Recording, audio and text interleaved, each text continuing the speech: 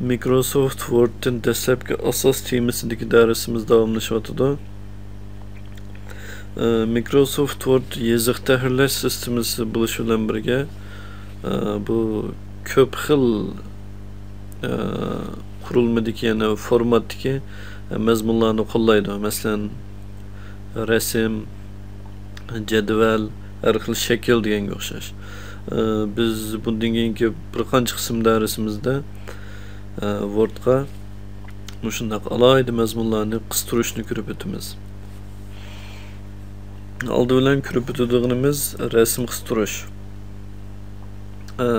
Bu darsimizda biz har xil shaklda rasm qistirish va rasmni tahrirlash, uning xosliqlarini o'zgartirish qatorliq mazmunlarni ko'rib o'tamiz.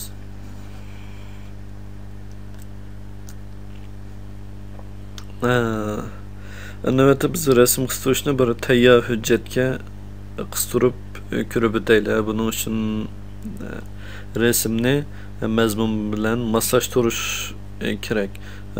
Qo'lda bevosita yozsam xat yozishga hali vaqt ketadi. Shuni tayyor bir hujjatni ochib shuniga mashg'ulot qilay. Word'ga rasm qistirish uchun biz bir qancha xil usulda rasm qistira olamiz.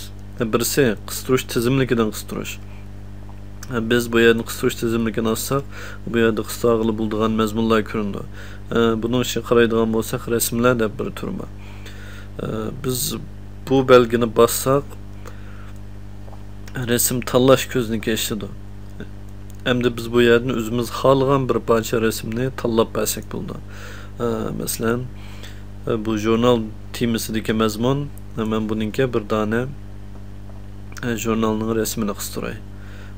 Resimni tanladik, undan keyin qistirish knopkasini bosdim. Bu hujjatga rasm qistirildi. Bu birinchi xil usul. Rasm qistirishninki yana bir xil usuli. Biz oldi bilan diskimizdan xohlagan bir rasm hujjatini tanlab olib, masalan, bu rasmni tanlay. Undan keyin buni biz ko'chirib olamiz. Ya'ni bu yerni ko'chirish knopkasini bosamiz yoki bo'lmasa o'ng knopkani bosib, o'sha rasmning ustiga bu tizimlikdan ko'chirishni tanlasak bo'ldi. Ondan biz yana Word'ga qaytib berib, rasmni qistirmoqchi bo'lgan yerga kelib, yana bu rasm qistirishga bir ayrim quruvchi oldim. Undan keyin o'ng knopkani bosib chaplashni tanlasam bo'ldi. Yani bu vaqtda biz rasm qistirish maqsadiga yeta olamiz. Bu yerda rasm birinchi betga patmaganlik uchun ikkinchi betga o'tkaldi. Endi biz rasmni qistirib bo'lgandan keyin buniki nisbatan har xil tahrirlash xosliqlarini o'zgartirish mashg'uloti bosaq bo'ldi. Buningga o'xshash rasm cho'ng chiqib qolsa yoki biz planlagan yerga patmasa, biz buni kichiklatib ishlatsak bo'ldi. Ya'ni kichiklatish uchun rasmni tanlasak, bu rasmninki burjak kirvaklarda bir tochkalar paydo bo'ldi, chikitlar. Biz bu shu chikitlar orqali kichiklata olamiz.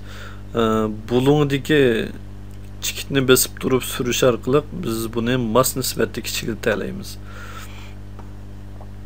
Buningki to'rt tarafidagi chikitlarni yo'tkash orqali rasmni qisib ma'lum bir tarafga cho'ng kichiklikni o'zgartira olamiz. Yana buningga o'xshash. Endi rasmni qistirgandan keyin buningki o'rnini tanlashga to'g'ri keldi. Masalan, buni biz o'ttirg'i chiqarmoqchi. Bu vaqtda yana tekst tanlaydigan o'rindan tanlab bersak bo'ldi.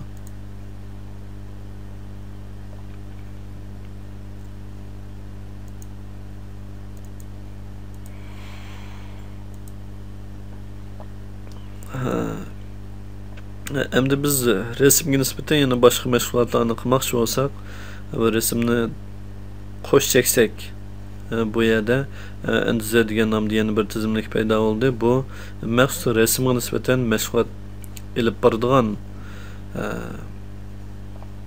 tizimlik. Bu yerdan har xil tahrirlash va rasmniki xosligini o'zgartirishga munosabatlik ba'zi mashg'ulotlarni elib boralaymiz. Masalan, bizning resimimiz yanto yoki tik tortilib qolgan bo'lsa, biz buni musha turib ham o'zgartira olamiz. Masalan, buni biz tiklamoqchi bo'lsak, bu tizimlikdan tiklasak bo'ldi. O'ngga yoki solga deganga o'xshash. Masalan, o'ngga 90 gradus tiklasak, bu resimimiz yana bu betki patmini bu xil holatga keldi. Bunu solga 90 gradus aylandirdik, yana asli keldi.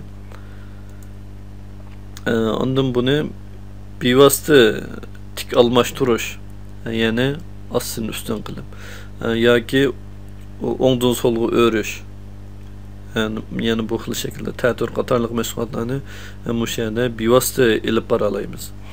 Buni qaysini tanlasak shu xil shaklga o'zgaradi. Uningdan boshqa bu resimga nisbatan ba'zi uslublarni tanlay olamiz. Masalan, bu yerga qaraydigan bo'lsak, har xil rasmning tayyor uslublari bor. Hemen bu ustidagi rasmga nisbatan mashg'ulot olib boray.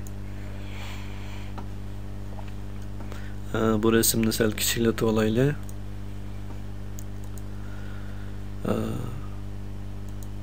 Bu yerdan biz masalan bir ramka tanlab bakaylik. Masalan, bu ramkani tanladik. Bu resimga bir qora rangli ramka paydo bo'ldi. Buningga oq ramka paydo qilmoqchi bo'lsak, buni tanlaylik. Mana rasm ramka qilindi. Yoki bo'lmasa yumaloq ramka. Yoki bo'lmasa buningga soya unumi qatayli. Yani bu yerga resimning soyasi yoki sho'lisi paydo bo'ldi. Mushunga o'xshash bir qism tayyor unumlar o'rta ta'minlangan. Mush orqali biz rasmlarimizni nihoyat o'ng'ayli ba'zi shaklga kirgiza olamiz.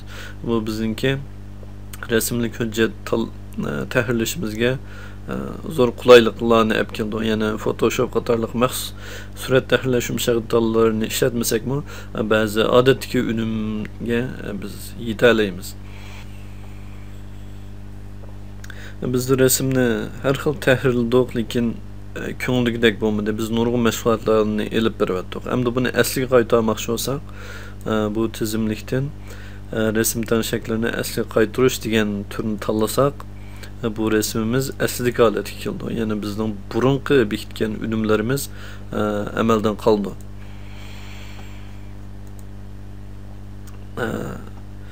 Endi biz bu yerdan tayyor uslublarni ishlatib resimimizni tanladik. Navodi biz o'zimiz xohlagan bir shaklni, masalan ramkalarni, ramkaningki cho'ng kichikligi, rangi degandek narsalarni o'zimiz xohlagancha o'zgartmoqchi bo'lsak, bu yerdan tanlasak bo'ldi. Yani ramkaning rangi ko'k rangda tanlandi. Ondan bu ramkaningki siziqining tom inchikiligi, masalan tom holatga keldik. Deganga o'xshash. Ondan yana boshqa unumlari, masalan har xil soylar resimga berildigan.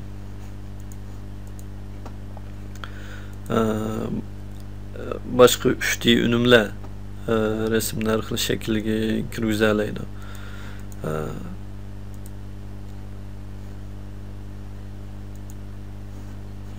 Buningga o'xshash. Resim o'zgarib ketgandan keyin asli qaytarishning bu yerda biz bir xil usulni ko'rdik, yana boshqa xil usullar bor. Masalan, o'rta har qanday bir xato mashg'ulotni keyniga yondirmoqchi bo'lsak, bu yerdan qaytarsak bo'ldi. Yani bu knopkani bassak, bu resim asli holatiga qaytadi. Yana bir bassak, yana oldingi mashg'ulotga qaytadi. Yoki bo'lmasa knopka taxtasidan Ctrl Z knopkasini bassakmi, bu davomli asli holatiga qaytadi.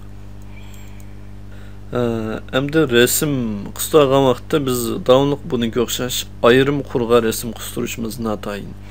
Ba'zida resimni tekstlarning orasiga, tikka yoki ustiga ilishga to'g'ri keldi. Bu vaqtlarda biz bu tizimlikdan resimningki o'rnini tanlab bersak bo'ldi. Ya'ni o'ngga, o'ttirga, solga deganga o'xshash. Uningdan boshqa bu yerdan tekst bilan resimninki munosabatini belgilab berishga bo'ldi. Yana masalan biz resimni tekstning orasiga olmoqchi bo'lsak, bu belgini tanlaymiz. Yana bu resimninki ikki yon tarafida bu xatlar davomlashib mengayverdi. Hamda biz resimni her xil o'ringa yetkazsak, bu yerdagi tekstlar o'zi avtomatik chiziladi. Ya'ni tekst resimning tagida qolmay atrofini aylanib chiqadi. Biz bu resimni ikkinchi o'quvdan keyin o'ng tarafda ko'rinadigan qilmoqchi bo'lsak, buning o'xshash chizsak bo'ldi. Uningdan boshqa resimni tekstning tikka aylantirmoqchi bo'lsak, tik qo'ymoqchi bo'lsak, bu xil shaklda. Agar tekstning ustiga qo'ymoqchi bo'lsak, bu turni tanlasak bo'ldi. Hozir bu tekstga nisbatan biz yanlam shu resimning atrofini tekst o'rab turadigan holatni tanlaylik.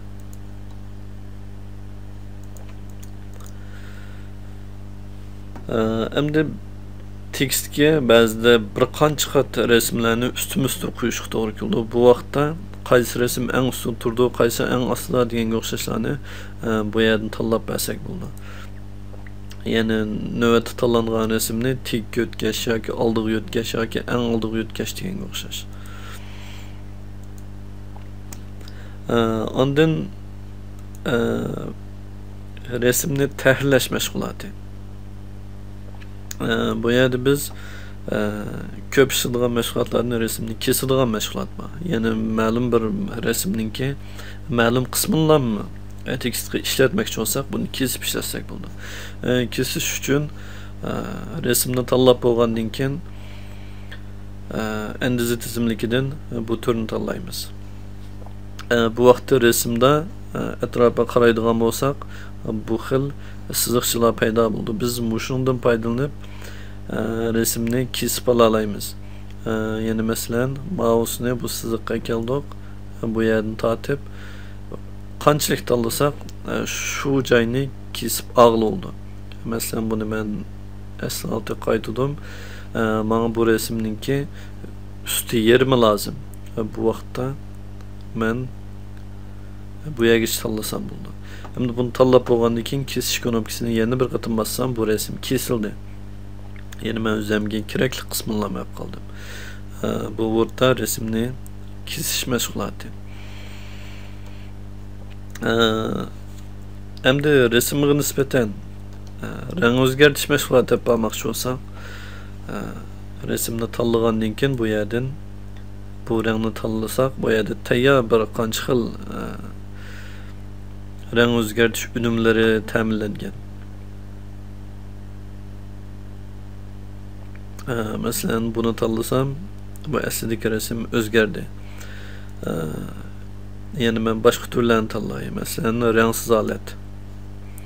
Resimimiz rangsiz holatga keldi. Yoki bo'lmasa sariq. Resimning umumiy rangi sariq rangga o'zgardi. Deganga o'xshash bu yerdan xohlagan turlarni tanlab bersak bo'ldi.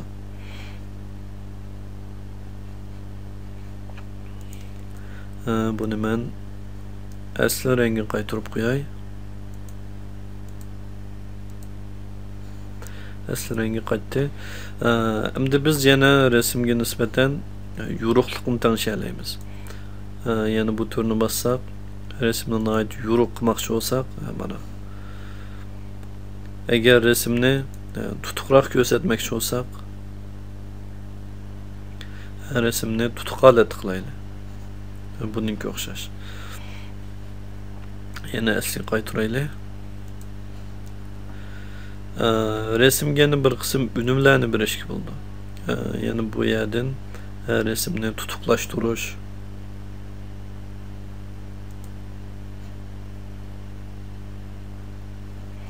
resim tutuqlashdi.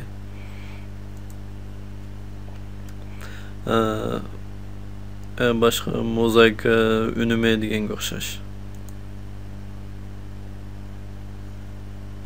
Bu bununki o'xshash biz rasmni nihoyat osonla ba'zi unumlar kirgiza olamiz.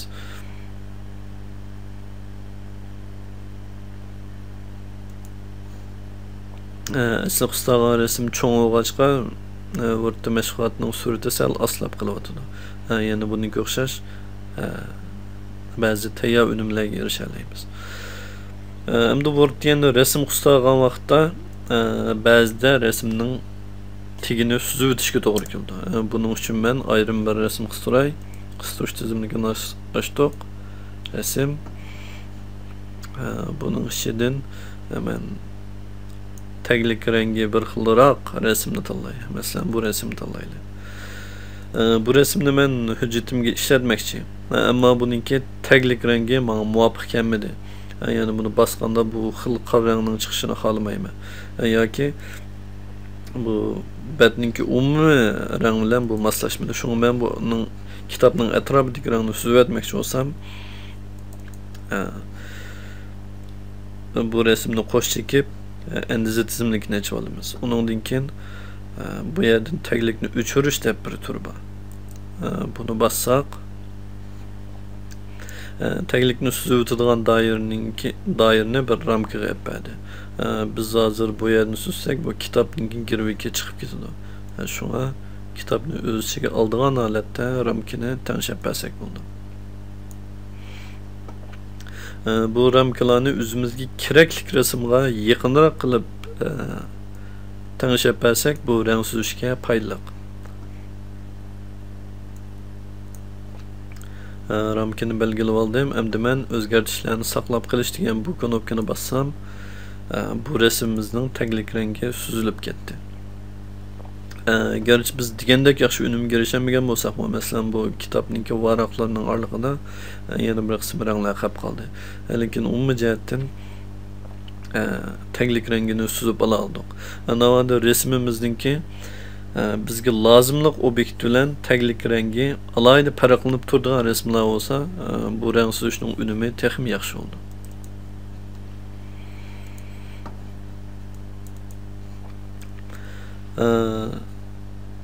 Endi biz bu rasmninki cho'ng kichikligini tanishgan vaqtda mouse bilan tanishishni ko'rib o'tdik. Navada bizning alayda ehtiyojimiz bo'lsa, texim aniq belgilamoqchi bo'lsak, bu yerdan odatda rasmninki qiymati beriladi. Mush yerdan tanishib olsak, bunda masalan hozir bu 9.34 cm ekan.